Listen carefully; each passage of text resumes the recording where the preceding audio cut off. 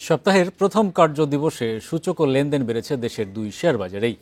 ডিএসইতে প্রধান সূচক বেড়েছে 97 পয়েন্ট, লেনদেন হয় 613 কোটি টাকার শেয়ার, দর বেড়েছে 75 প্রতিষ্ঠানের শেয়ারের।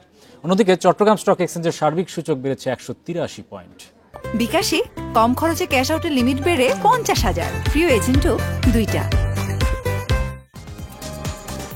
রোববার শুরুতে ইতিবাচক ঢাকা স্টকের লেনদেন। প্রথম 9 মিনিটে প্রধান সূচক বাড়ে 30 পয়েন্ট।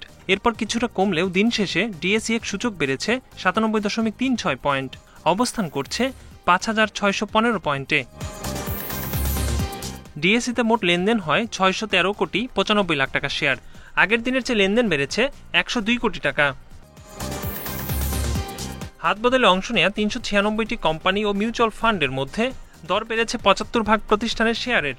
এর মধ্যে দর বেড়েছে 300টির, কমেছে 52টির এবং অপরিবর্তিত রয়েছে 44টি প্রতিষ্ঠানের শেয়ার দর।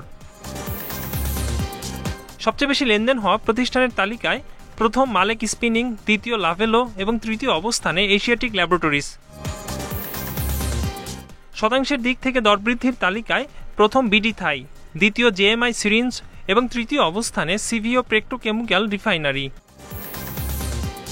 অন্যদিকে চট্টগ্রামের স্টক এক্সচেঞ্জে সার্বিক সূচক বেড়েছে 183.76 পয়েন্ট, লেনদেন হয় 15 কোটি 18 লাখ টাকার শেয়ার। একরামুল ইসলাম, ইন্ডিপেন্ডেন্ট নিউজ।